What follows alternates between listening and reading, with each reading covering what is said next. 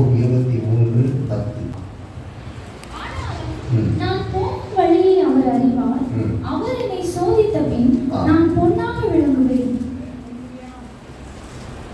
அவர் என்னை சோதித்த பின் நான் பொன்னாக விளங்குவேன். இங்கே வந்திருக்கிற ஒவ்வொருவரையும் ஆண்டவராகிய தேவன் விலையேற பெற்றவராக மாற்ற விரும்புகிறார். பொன் என்பது இந்த பூமியில விலையேற பெற்ற ஒன்றாக கருதப்படுகிறது. ஆண்டவர் நம்மை அப்படி மாற்றுகிறார். எப்படி மாற்றுகிறாரு? இந்த தங்கம் சாதாரணமாக மாற்றப்பட மாட்டாது. அது பூமிக்குள்ள இருந்தா எடுக்கப்படுகிறது, வேற எங்கிருந்து வருது எடுக்கப்படுகிறது. அடுத்து அதை புடமிட்டு அதில் இருக்கிற அழுக்குகள்லாம் நீக்குவதற்காக அதில் இருக்கிற சில தேவையில்லாத காரியங்கள்லாம் ஒட்டிக்கிட்டு இருக்கு, அதெல்லாம் நீக்குவதற்காக அந்த ஆசாரிக்கு உபயோகமான ஒரு உருவகம் வருவதற்காக 1000 டிகிரி செல்சியஸில் போட்டு அதை அப்படியே உருக்கி அதை தட்டி வளைச்சி நெளிச்சி அழகான ஒரு உருவங்களை உருவாக்கி கொண்டிருக்கிறார்கள். அதே போல தேவனாகிய கர்த்தர் இங்கே வந்திருக்கிற ஒவ்வொருவரையும் இந்த பூமியிலிருந்து, மாம்சத்திலிருந்து, பாவத்திலிருந்து, உளையான சேற்றிலிருந்து தூக்கி எடுத்து அவருக்கு உபயோகமான ஒரு கருவியாய் மாற்றுவதற்கு ஆமென். நிறைய சோதனைகளும் பாடுகளும் நம்முடைய வாழ்க்கையில வந்தாலும் அவருக்கு உகந்த ஒரு பாத்திரமாய் நாம் மாறிக்கொண்டிருக்கிறோம் என்று சொல்லி இந்த பாடுகளுக்காக, வேதனைகளுக்காக ஆண்டவருக்கு நன்றி செலுத்த வேண்டும். இந்த வார்த்தையை சொன்ன நபர் யாரு? யோபு. யோபுனுடைய வாழ்க்கையிலே அவனுக்கு நிறைய பயங்கர சோதனை வந்திருக்கிறது. பைபிளில் சொல்லப்பட்டது, யோபின் பொறுமையை குறித்து கேள்விப்பட்டிருக்கிறீர்களே, அவருடைய முடிவை நன்றாய் அறிந்திருக்கிறீர்களே. மிகப்பெரிய ஒரு சோதனையை சந்தித்து சகித்த ஒரு தேவனுடைய மனிதன் தான் யோபு. இந்த யோபு வாழ்ந்த நாட்களில் சொந்த ஊர் சென்ற தேசம். இவ்வளவு ஒரு ஆசீர்வாதமான ஒரு கோடீஸ்வரன் யோபு. காலை நெய்யால் கழுவுகிறவர். கர்த்தருக்கு ஸ்தோத்திரம். இந்த யோபு ஒரு சாதாரண ஒரு நபர் அல்ல. யோபுவை குறித்து 5 நபர்கள் சாட்சி கொடுக்கிறார்கள். வேத வசனம் சாட்சி கொடுக்கிறது. 1ஆம் அதிகாரம் 1ஆம் வசனத்தில் தேவனுக்கு பயப்படுகிறவன் பொல்லாப்புக்கு விலகுகிறவன் என்று சொல்லி. 8ஆம் வசனம் தேவன் சாட்சி கொடுக்கிறார். வாசியுங்கள். என் தாசனாகிய யோபின் மேல் கவனம் வைத்தாயோ, உத்தமனும் சன்மார்க்கனும் தேவனுக்கு பயந்து பொல்லாப்புக்கு விலகுகிறவன் என்று யோபுவை குறித்து தோத்திரம் தேவன் சாட்சி கொடுக்கிறார். சாத்தான் சாட்சி கொடுக்கிறான். 1:10. அவனையும் அவன் வீட்டையும் அவனுக்கு உண்டான எல்லாவற்றையும் சுற்றி வேலி அடைக்கவில்லையோ, அவன் கைகளின் கிரியையை ஆசீர்வதித்து வருகிறீர். அவனுடைய சம்பத்து தேசத்தில் பெருகி வருகிறது. நீர் அவனை ஆசீர்வதிக்கிறதுனால அவன் சம்பத்து தேசத்தில் பெருகி வருகிறது. சாத்தான் சாட்சி கொடுக்கிறான். அல்லேலூயா. மனைவி சாட்சி கொடுக்கிறா பாருங்க. 2ஆம் அதிகாரம் 9ஆம் வசனம். அவனை பார்த்து நீர் இன்னும் உம்முடைய உத்தமத்தில் யோபு எவ்வளவு உத்தமமா வாழுகிறார் என்று சொல்லி வீட்டில் இருக்கிற மனைவி சாட்சி கொடுக்கிறார். ஹல்லேலூயா. அடுத்தது தோத்திரம் நண்பர்கள் சாட்சி கொடுக்கிறார்கள். 2ஆம் அதிகாரம் 11ஆம் வசனத்திலிருந்து வாசித்து பார்த்தீங்கன்னா, முதல்ல 3 நண்பர்கள் வருகிறார்கள், பின்பு ஒரு நண்பர்கள் வருகிறார்கள். யோபுனுடைய நண்பர்கள் யோபுவை குறித்து என்ன சாட்சி கொடுக்கிறார்கள்? யோபுடைய 3 சிநேகிதனாகிய தேமானியனான எலிப்பாசும், சூகியனான பில்தாதும், நாகமாத்தியனான சோப்பாரும் யோபுக்கு நேரிட்ட தீமைகள் யாவையும் கேள்விப்பட்ட போது அவனுக்காக பரிதபிக்கவும் அவனுக்கு ஆறுதல் சொல்லவும் ஒருவரோடு ஒருவர் யோசனை பண்ணிக்கொண்டு அவரவர் தங்கள் ஸ்தலங்களிலிருந்து வந்தார்கள். 7 நாட்கள் வாயை திறக்கவில்லை. யோபுனுடைய உருக்களைந்து போன அந்த தோல் மேல எலும்பும் தோலுமாய் இருக்கிற உடலை பார்த்து வானத்தை நோக்கி மண்ணள்ளி போட்டு பைபிள போட்டுக்கிறது, அள்ளி போட்டு அவர்கள் கதறினார்கள், யோபுவுக்கா இவ்வளவு வேதனை என்று சொல்லி. ஏன்னா யோபுவை குறித்து அவங்களுக்கு தெரிந்திருக்கிறது. வாயை திறக்கவில்லை. யோபுனுடைய துக்கம் மகா கொடிய துக்கமாய் இருந்தது என்று வேதம் கூறுகிறது. ஹல்லேலூயா. ஆமென். யோபு 2ஆம் அதிகாரம் 4ஆம் வசனத்திலே வாசித்து பார்ப்பீர்களானால், கர்த்தருக்கு பிரதியுத்தரமாக தோலுக்கு பதிலாக தோலையும் தன் ஜீவனுக்கு பதிலாக தனக்கு உண்டான எல்லாவற்றையும் மனுஷன் கொடுத்து விடுவான். ஆனாலும் நீர் உம்முடைய கையை நீட்டி அவன் எலும்பையும் அவன் மாம்சத்தையும் தொடுவீரானால் அப்பொழுது அவன் உமது முகத்துக்கு எதிரே உம்மை தூஷிக்கானோ பாரும் என்றான். எவ்வளவு பெரிய ஒரு சோதனை! சாத்தான் ஆண்டவர்கிட்ட கேட்டுட்டு வந்து சோதிக்கிறான். சங்கீதம் 66:10 வாசித்து பாருங்கள். எங்களை சோதித்தீர், வெள்ளியை புடமிடுகிறது போல எங்களை புடமிட்டி. இன்னைக்கு நம்முடைய வாழ்க்கையில சோதனைகள், இந்த வேதனைகள், இந்த துன்பங்கள் நம்முடைய வாழ்க்கையில திடீர்னு நம்முடைய வாழ்க்கையில வந்து நடக்கிறது. கர்த்தருக்கு ஸ்தோத்திரம் உண்டாவதாக. இந்த சோதனைகளை நாம பாடுகளையும் சஞ்சலங்களையும் உபத்திரவங்களையும் கண்டு சோர்ந்து போகாமல், இது நம்முடைய நன்மைக்கு எதுவாக தான் இருக்கிறது என்பதை நீங்கள் புரிந்து கொள்வீர்களானால் ஆண்டவர் நம்மை பொன்னாக தொலங்க செய்வார். ஷேப் பண்றார், உருவாக்குறார், வணைகிறார். அவருக்கு உகந்த ஒரு பாத்திரமா ஆண்டவர் மாற்றிக் கொண்டிருக்கிறார். ஹல்லேலூயா! சந்தோஷமா இல்ல சொல்லுங்க பார்க்கலாம். யோபு பாவம் செய்தனால இந்த தண்டனை அல்ல. யோபு ஏதோ ஒரு யாருக்கோ துரோகம் பண்ணிட்டான் அதனால தான் இந்த தண்டனை அப்படிங்கிறது கிடையாது. தோத்திரம். சில பேர் சொல்லுவாங்க, ஐயா நாங்கள் ஒருத்தருக்கும் ஒன்றும் செய்யலையா, ஏன் இந்த குடும்பத்துக்கு எங்கள் குடும்பத்துக்கு அஞ்சுனே தெரியல அப்படிம்பாங்க. யோபு தவறு செய்தனால இந்த தண்டனை அல்ல. தோத்திரம். ஆனால் இந்த யோபுவினுடைய வாழ்க்கையில ஆண்டவர் பைபிளில் வாசித்து பார்த்தீங்கன்னா, யோசேப்பை குறித்து வாசித்து பார்க்கும் பொழுது அவன் பிராணன் இரும்பில் அடைப்பட்டிருந்தது, அவருடைய வசனம் அவனை புட்டமிட்டது என்று வேதத்தில் சொல்லப்பட்டிருக்கிறது. ஒவ்வொருடைய வாழ்க்கையிலையும் ஆபிரகாமை குறித்து வாசிக்கும் பொழுது, நீ இப்பொழுது எனக்கு கீழ்ப்படுகிறவர் என்று நான் அறிந்து கொண்டேன் என்று அவர் சொல்லுகிறார். சில நேரங்களில் ஆண்டவர் நமக்கு சில சோதனைகள் வழியாத்தான் நம்ம யாருன்னு கண்டுபிடிக்க முடிகிறது. இஸ்ரவேல் ஜனங்களை குறித்து வாசிக்கும் போது 40 வருஷமாய் உன்னை ஆலோசித்து அறிந்து கொண்டேன், வனாந்தர வாழ்க்கையிலே உன்னை அறிந்து கொண்டேன் என்று இஸ்ரவேல் ஜனங்களை குறித்து சாட்சி கொடுக்கிறார். சில காலங்கள் நம்மளோடு கூட இருந்து நம்ம எப்படி இருக்கோம் என்பதை நம்ம பார்க்கிறதுக்கு சில சோதனை காலங்கள் நமக்கு தேவைப்படுகிறது. ஆனால் இதை கண்டு சோர்ந்து போக வேண்டாம். நம்ம கூட இருந்து நமக்கு ஜெயத்தை கொடுக்கிற தேவன் நம் அருகே இருக்கிறார்.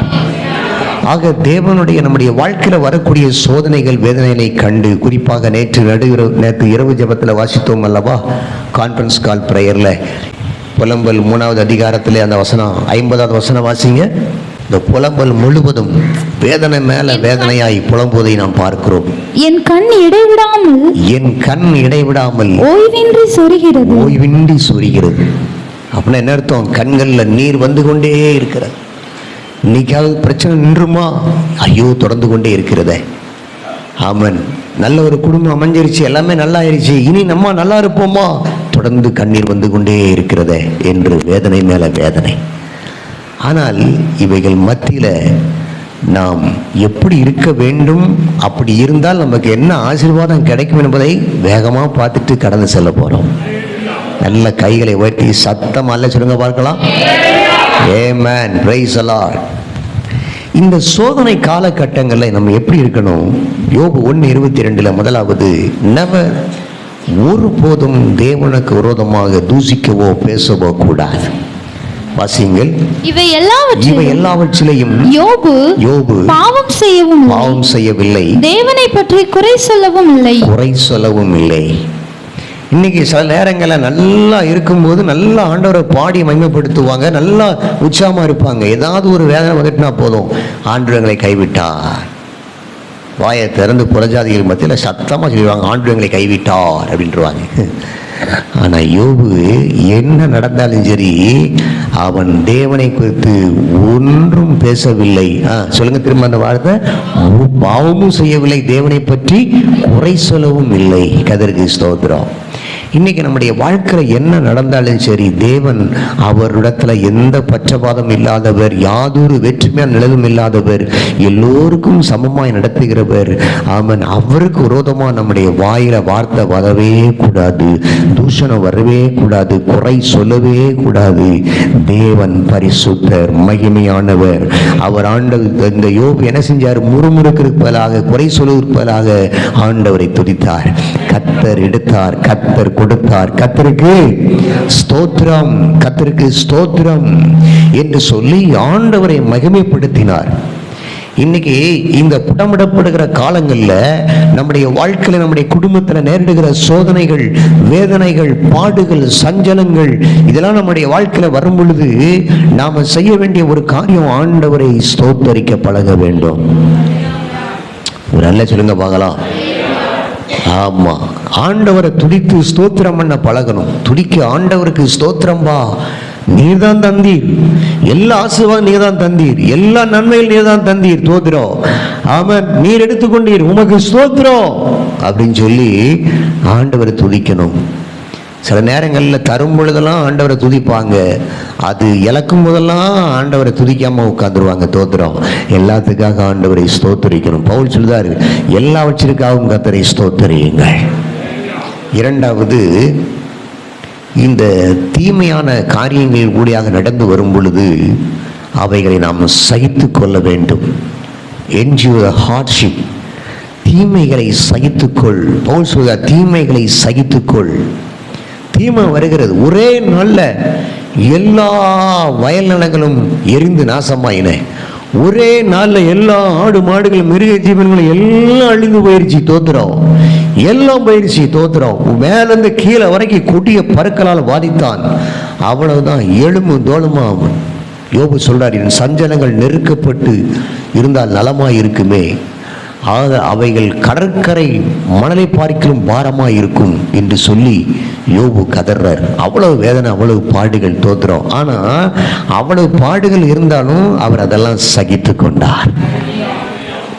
ஹல்லேலூயா. சில கண்ணீரின் பள்ளத்தாக்கு வரும்போது கொஞ்சம் அதை சகிச்சுக்குவோம். ஹல்லேலூயா. ஆமென். எவ்வளவு பாரங்கள், எவ்வளவு சோதனைகள், எவ்வளவு பாடுகள் வந்தாலும் கொஞ்சம் சகிக்க கற்றுக்கொள்ளணும். ஆமாம், கொஞ்சம் சகிக்க கற்றுக்கொள்ளணும். எவ்வளவு நாளையாக சகிச்சு கொள்ள, இந்த இந்த இந்த இந்த நாளோட இந்த ஆளை கட்டி மாரடிக்கிறது என்ன பாடுபடுறாங்க, எவ்வளவு நாள் நான் சகிச்சுக்கோங்க. ஸ்தோத்திரம். சில காலங்கள் நம்ம சகித்து கொண்டே இருக்கணும். யோபு பல நாட்கள் உட்கார்ந்து கொண்டு அவன் சிநேகிதர்கள் சொல்லுகிற ஆலோசனைகளை கேட்டுக்கொண்டு இன்னும் என்னமோ எல்லாத்தையும் கேட்டுக்கிட்டு சகிச்சுக்கிட்டே இருந்தார். மனைவி சொல்றதையும் கேட்டு சகிச்சுக்கிட்டே இருந்தார். அல்லேலூயா. ஆமென். என மனைவி சொல்றதை கேட்டுக்கிட்டு சகிச்சு கொண்டே இருந்தார். நீ தேவனை தூஷித்து ஜீவனை விட்டும். ஸ்தோத்திரம். சாதாரணமா சாக வேண்டாம். அல்லேலூயா. தேவனை தூஷித்து ஜீவனை விடும். ஏற்ற துணையாக இருக்க வேண்டிய மனைவியே சாவிலும் கசப்பானவள் மாதிரி. ஸ்தோத்திரம். ஒரே மனுஷன் தனிமையாக இருப்பது நல்லதல்ல, ஏற்ற துணையை உண்டாக்குவோமாக என்று சொல்லி மனைவியை கொடுக்கிறாரு. மனைவி சொல்றார், நீர் ஜீவனை விட்டுரும், ஆனால் சாதாரண விட்டுற வேண்டாம், தேவனை தூஷிச்சுட்டு அப்படியே போய் சேர்ந்துரும். ஸ்தோத்திரம். இதெல்லாம் கேட்டுக்கிட்டு அப்படியே யோபு தாங்கிக் கொள்கிறார். ஹல்லேலூயா. கெத்சேமனே தோட்டத்தில் இயேசு ஜெபிக்கும் பொழுது அவன் பரலோகத்திலிருந்து கர்த்தர் ஒரு தூதனை அனுப்பி இயேசுவை பலப்படுத்தினார் என்று வேதத்திலே வாசிக்கிறோம். மிகுந்த வியாகுலமும் ஆமன் வேதனைகளும் நிறைந்த நேரத்தில் நீங்கள் ஜெபிக்கும் பொழுது கர்த்தர் உங்களை பலப்படுத்துகிறார். ஏமேன். குடும்பத்தில் நிந்தைகள், அவமானங்கள் வெள்ளம் போல தலைக்கு மிஞ்சி போகும் பொழுது அவன் நீங்கள் ஜெபிக்கும் பொழுது கர்த்தர் வானத்திலிருந்து அந்த பலத்தை அனுப்பி, ஒத்தாசை அனுப்பி உங்களை பலப்படுத்துகிறார். ஸ்தோத்திரம். இன்னும் கொஞ்ச காலம் தான். அல்லேலூயா. இதோ மரித்து மூணாவது நாள் உயிர் தெழுந்து ராஜாதி ராஜாவாக அந்த இயேசு இருந்தாரே, அதே போல பாடுகள் சோதனைகள் மத்தியில் ஒருவர் நடக்கிற கொஞ்ச நாள் தான். அதற்கப்புறம் ஆண்டவர் புடமிட்ட பின்பு நான் பொன்னாக தொடங்குவேன் என்பதை நினைவு கூர்ந்து ஸ்தோத்திரம் அதை சகித்துக் கொள்ள வேண்டும். நம்முடைய வாழ்க்கையில ஏமாற்றுகிறவர்கள் நிறைய பேர் உண்டு. ஒரு டம்ளர் காப்பி கொடுக்கும்போது நம்ம பின்னால வருவான். இன்னொருத்தர் 2 டம்ளர் காப்பி கொடுத்தா அவன் பின்னால போயிடுவான். அல்லேலூயா. அப்புறம் அங்கிருந்து ஒருத்தர் 3 டம்ளர் காப்பி கொடுத்தா அவன் பின்னால போயிடுவான். ஏமாற்றுகிறவர்களும் கைவிடுகிறவர்களும் உலகத்தில் நிறைய பேர் உண்டு. வஞ்சிக்கிறவர்களும் உண்டு. நன்றி அறியல் இல்லாதவர்கள் உண்டு. ஸ்தோத்திரம். எல்லாவற்றையும் நாம் சகித்து கொள்ள வேண்டும். ஹல்லேலூயா. சந்தோஷமா இல்லை சொல்லுங்க பார்க்கலாம். ஆமென். உலகத்தில் பணம் இருக்கும்போது நம்மை சுற்றி பெருங்கூட்டம் இருக்கும். நம்மகிட்ட ஒன்று இல்லைன்னா ஆமென், ஒன்றுமே இல்லாமல் தனிமையில் விடப்பட்டிருப்போம். பிரைஸ் அல்லாஹ். ஆமென். கர்த்தருக்கு ஸ்தோத்திரம். யோபுக்கு எல்லாம் இருக்கும்போது ஒரு பெரிய கூட்டம் இருந்தது. இப்போ வியாதி வந்து புண்ணு வந்து அப்படியே அழுகி சரீரத்தோடு உட்கார்ந்துட்டு இருக்கும்போது இந்த 3 நண்பர்கள் வராங்க. இவங்க 3 நண்பர்களும் அலசல் கொடுக்கும்படி வராங்க. அதுவும் வேதனையாக தான் இருக்குது. தோத்திரம். ஆமென். Praise the Lord. கர்த்தருக்கு ஸ்தோத்திரம் உண்டாவதாக. இன்னைக்கு அந்த தீமைகளை சகித்து கொள்ள வேண்டும். 3வது, விசுவாசத்தை விட்டு கடுகளவு கூட விலகக்கூடாது. விசுவாசத்தின் நல்லதொரு போராட்டத்தை போராடணும். ஜீவக்கிரடம் நமக்காக வைக்கப்பட்டிருக்கிறது. இந்த விசுவாச வாழ்க்கையில நம்ம ஒரு நாளும் விசுவாசத்தை விட்டு வலிமை பெறக்கூடாது. அல்லேலூயா. யோபுவுக்கு இவ்வளவு சோதனை வந்தாலும் அவருடைய வாயின் வார்த்தையெல்லாம் விசுவாச வார்த்தையாகவே இருந்தது. என்ன சொல்றாரு? தோத்திரம். என் மீட்பர் உயிரோடு இருக்கிறார், நான் அவரை காண்பேன், சொந்த கண் அவரை பார்க்கும். அவர் சொல்லுகிறார், தோத்திரம், ஒரு இரும்பு ஆயத்தை எடுத்து என்னை குத்தி போட்டாலும் அவர் மேல் நம்பிக்கையாயிருப்பேன். இன்னைக்கு அவர் மேல இருக்கிற அந்த விசுவாசத்தை விட்டுறக்கூடாது. ஆண்டவர் எனக்கு நன்மை செய்யட்டும், நாங்க அவரை நம்புறோம். ஆமென். ஆனா யோபு சொல்லுதாரு, எவ்வளவு தீமை செஞ்சாலும் சரி, எவ்வளவு தீமை எங்க வாழ்க்கையில வந்தாலும் சரி, நான் அவரை நம்புவேன். இன்னைக்கு நம்ம அவர் மேல இருக்கிற விசுவாசம் எப்படி இருக்கிறது? கர்த்தருக்கு ஸ்தோத்திரம் உண்டாவதாக. எபிரேயர் 11ஆம் அதிகாரம் முழுதும் விசுவாச வீரருடைய பட்டியல் அடங்கியிருக்கிறது. அவர்கள் தோத்திரம் எவ்வளவு ஆண்டவருக்காக எவ்வளவு விசுவாச வீரர்களாக எழும்பினார்கள். தோத்திரம். இன்னைக்கு நம்ம மேல, தேவன் மேல, நம்முடைய வாழ்க்கையில எவ்வளவு பெரிய விசுவாசம் இருக்கிறது. ஆமென். தோத்திரம். இன்னைக்கு அவரை மேல நம்பிக்கையாக இருப்போம். அந்த விசுவாசத்தை கடைசி வரைக்கும் காத்துக்கொள்ளணும். இந்த உலகத்துல நம்ம காத்துக்கொள்ள வேண்டிய ஒன்று, ஜீவனுள்ள தேவன் மேல இருக்கிற விசுவாசம். நிறைய பேர் உலகத்தில் கடந்து போய் உலக செல்வத்தின் மேல நம்பிக்கை வைத்து, உலகத்தின் மேல நம்பிக்கை வைத்து, உலக ஜனங்கள் மேல அவங்க பின் சென்று தேவன் மேல இருக்கிற விசுவாசத்தை மதித்து விடுகிறார்கள். நம்ம கடைசி வரைக்கும் இந்த எலும்பு மேல தோல் ஒட்டிக்கிட்டு இருந்தாலும், மாம்சமெல்லாம் அழுகி நாறி கொண்டிருந்தாலும், தோத்திரம், பிரைஸ் தி லார்ட், அவர் மேல இருக்கிற நம்பிக்கையை மாத்திரம் விடாமல் இருப்போம். ஆமென். தோத்திரம். நல்லது ஒரு ஜீவ கிரீடத்தை கர்த்தர் நமக்காக வைத்திருப்பார். பயங்கர உபத்திரவங்களும் பாடுகளும் பெருகி கொண்டிருக்கிற நேரத்தில் பவுல் சொல்லுவாரு, நாங்கள் நம்பிக்கை சாதாரணது அல்ல, மரித்தோரை உயிரோடு எழுப்புகிற ஜீவனுள்ள தேவன் மேல நம்பிக்கை வைத்திருக்கிறோம். ஒரு ஆளுக்கு தலைவலி இருக்குன்னா கை வச்சு சரி ஜெபம் பண்ணிடலாம், சோமாயின்னு நினைக்கிறோம். ஒரு ஆளுக்கு கால் வலிக்குது, கால் நடக்க முடியல அப்படின்னு சொல்லி கை வச்சு ஜெபம் பண்ணி சோமாக்குவீராகன்னு சொல்லி ஜெபம் பண்ணியிருக்கோம். அவர் நடந்துவாருன்னு நம்ம நம்புகிறோம். ஆமாம். ஆனால் மரித்து கொண்டிருக்கிற ஒரு நபரை நாம் போய் சந்தித்து ஜெபம் பண்ணும் பொழுது நமக்கு அந்த நம்பிக்கை இருக்கிறதா? ஹல்லேலூயா. மறந்துக்கு எதமான வியாதி உள்ள இருக்கு, சரீரமெல்லாம் அழுகி நாறி விட்டது. இனி அடுத்தது அவ்வளோதான், அவர் கண்ணை மூடிடுவார். அந்த நிலைமை தான் ஏற்படுது. இந்த நேரத்தில் நம்ம ஜெபம் பண்ணி அந்த ஜெபத்தில் ஆண்டவர் சுகமாக்கி அந்த நபர் எழும்பி நடந்து இந்த உலகத்தில் ஒரு வல்லமையான ஒரு ஊழியராக மாறுவார் என்ற நம்பிக்கை நமக்கு இருக்கிறதா? ஹல்லேலூயா. இன்னைக்கு கர்த்தர் அப்படிப்பட்ட நம்பிக்கையை, அந்த விசுவாசத்தின் நல்ல போராட்டத்தை போராட தேவன் நமக்கு கிருபை பாராட்டுவாராக. நாலாவது 1 பேதுரு 2:23 இந்த சோதனை காலகட்டத்தில் நம்ம என்ன செய்ய வேண்டும்? 1 பேதுரு 2:23 அவர் வையப்படும் போது பதில் வையாமலும் பாடுபடும் போது பயமுறுத்தாமலும் நியாயமாய் தீர்ப்பு செய்கிறவருக்கு தம்மை ஒப்பு கொடுத்தார். ஹல்லேலூயா. ஆமென். நம்முடைய வாழ்க்கையில எங்கெங்கெல்லாமோ நம்ம சோதனையை சந்திக்க வேண்டியிருக்கும். ரோட்டில் போகும்போது, வீட்டில் இருக்கும்போது, கடைகளுக்கு போகும்போது, எல்லா இடங்களையும் சோதனையை சந்திக்க வேண்டியிருக்கிறது. எல்லா சோதனையை சந்திக்கிற நேரங்களை நீங்கள் நேசணும்னா நியாயமாய் தீர்ப்பு செய்கிறவருக்கு அமைதியாக இருந்து சில நேரங்களில் காது கேளாதவன் போல இருந்தான் இருக்கு. அல்லேலூயா. காது கேளாத போல இருந்தான். சில நேரம் மறைந்திருக்க வேண்டியிருக்கு, தன்னை மறைத்து கொண்டான், மறைந்திருக்க வேண்டியிருக்கிறது. காது கேளாதன் போல இருக்க வேண்டியிருக்கிறது. இதையெல்லாம் நம்ம சகித்து கொண்டிருப்போமானால் அந்த காலகட்டங்களில் மௌனமாக இருந்து நியாயமாய் தீர்ப்பு செய்கிறவருக்கு நம்மை ஒப்பு கொடுத்தார். இன்னைக்கு நம்ம ஒப்பு கொடுத்து ஜெபிக்கிற ஜெபம் நம்முடைய வாழ்க்கையில் இருக்கணும். இந்த சோதனை புடமிடப்படும் பொழுது, வெள்ளையை புடமிடுவது போல புடமிடப்படும் பொழுது, இந்த வேதனைகள் அதிகமாகும் பொழுது அமைதியாக அதை சகித்துக்கிட்டே இருக்கணும். Price the Lord. தேவனே நீ பார்த்து கொள்ளுங்கப்பா. பழி வாங்குதல் எனக்குரியது. யோபு உடனே பாஞ்சிட்டு போல, எவெல்லாம் என் ஆடெல்லாம் மாடெல்லாம் கொண்டு போட்டது, எவன்டா என் வேளாண்மையில தீ வச்சது, யாரா என் மேலே இப்படி எரி பந்தம் மேலே இருந்து கீரை வரைக்கும் கொடிய பருக்களால் வாய்த்தது யாரா அவன்? நம்மெல்லாம் சும்மா இருக்க மாட்டோம். அல்லேலூயா. போய் அவனை 4 கேள்வி கேட்காம விட மாட்டேன், அவனை போய் பழி வாங்காம விட மாட்டேன். அது எப்படி அவர் இப்படி செய்யலாம் அப்படின்னு சொல்லிட்டு நம்ம துடிக்கும். ஆண்டவர் சொல்றார், பழி வாங்குதல் எனக்குரியது, நானே பதில் செய்வேன், நானே பழி வாங்குவேன். அல்லேலூயா. நான் தான் பழி வாங்குவேன். தோத்திரம். என்ன யார் என்ன பண்ணாலும் சரிதாங்க, என்னத்தை மணலி போட்டாலும் சரி, ஆண்டவர்கிட்ட ஒப்பு கொடுத்து நியாயமாய் தீர்ப்பு செய்யறதுக்கு ஒப்பு கொடுத்துட்டுருங்க. அவர் சொல்றார், பழி வாங்குதல் எனக்குரியது, நான் பார்த்துக்கிடுவேன். தோத்திரம். ஆமென். ஹல்லேலூயா. கர்த்தருக்கு ஸ்தோத்திரம். நம்முடைய தொழில், நம்முடைய வியாபாரத்தில், எல்லா விதத்திலையும் யார் யார் என்ன காரியம் பண்ணாலும் பொறுமையோடு கூட இருங்க. கர்த்தர் ஏற்ற வேளையிலே அவர் பழி வாங்குவார். நாம நியாயமாய் தீர்ப்பு செய்கிறவருக்கு நம்மை ஒப்பு கொடுக்கிற ஒரு அனுபவம் இருக்கட்டும். முற்றிலும் ஆண்டவர்கிட்ட ஒப்பு கொடுக்கணும். இந்த தங்கத்தை உருக்கும் போது, இந்த தங்கம் ஆசாரி தங்க ஆசாரி கையில் இருக்கணும். நான் இருக்கமானு சொல்லி உருண்டு ஓடிட்டுனா அவ்வளோதான், ஒன்றும் செய்ய முடியாது. உருவகமாக மாற்ற முடியாது, நல்லதொரு உருவகத்தை ஏற்படுத்த முடியாது. அதை உருக்கி அதை தட்டி அடித்து அதில் இருக்கிற அசுத்த அந்த தூசிகள் களிகளெல்லாம் நீக்கணும்னு சொன்னால் அதை அடித்து வளையணும். அப்படி வளையும் பொழுது தோத்துறோம்.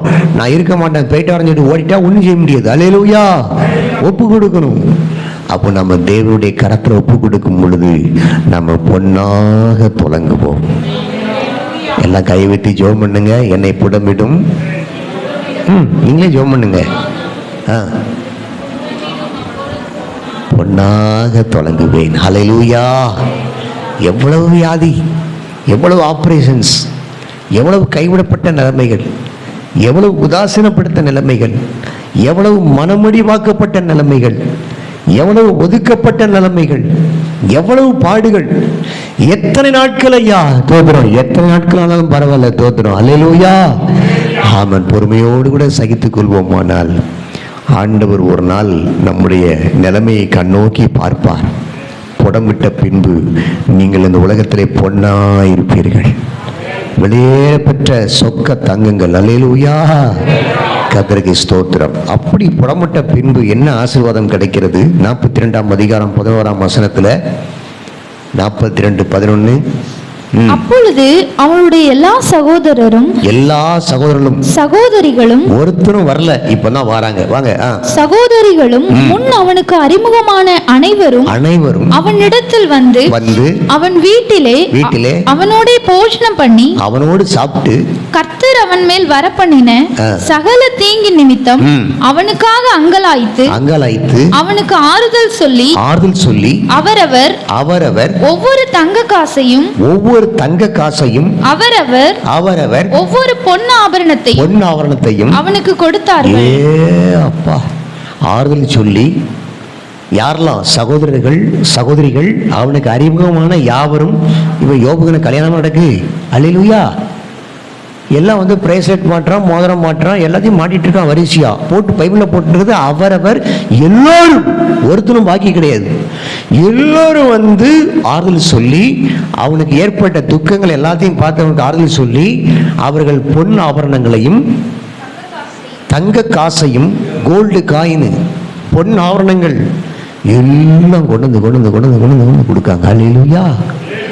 பெற்றுக்கொள்ள ஆயத்தமா இருக்கீங்களா? ஹல்லேலூயா. சந்தோஷமா இல்ல சொல்லுங்க. ஆமென். பெற்றுக்கொள்ள ஆயத்தமா இருக்கீங்களா? இரண்டாவது ஆசீர்வாதம் 42:12. அவன் பின்னிலைமையை ஆசீர்வதித்தார். 14,000 ஆடுகளும் எல்லாம் 2 மடங்கு டபுள் போர்ஷன் ஆஃப் பிளெஸிங்ஸ். எதையெல்லாம் இழந்தாலும் அதெல்லாம் 2 மடங்கு. என்ன எதெல்லாம் இழந்தாலும் அதெல்லாம் 2 மடங்கு. தோத்திரம். எல்லாத்தையும் 2 மடங்கு. எல்லா ஆசீர்வாதம். அவனுடைய பின்னிலைமை ரொம்ப ஆசீர்வாதமா இருந்தது.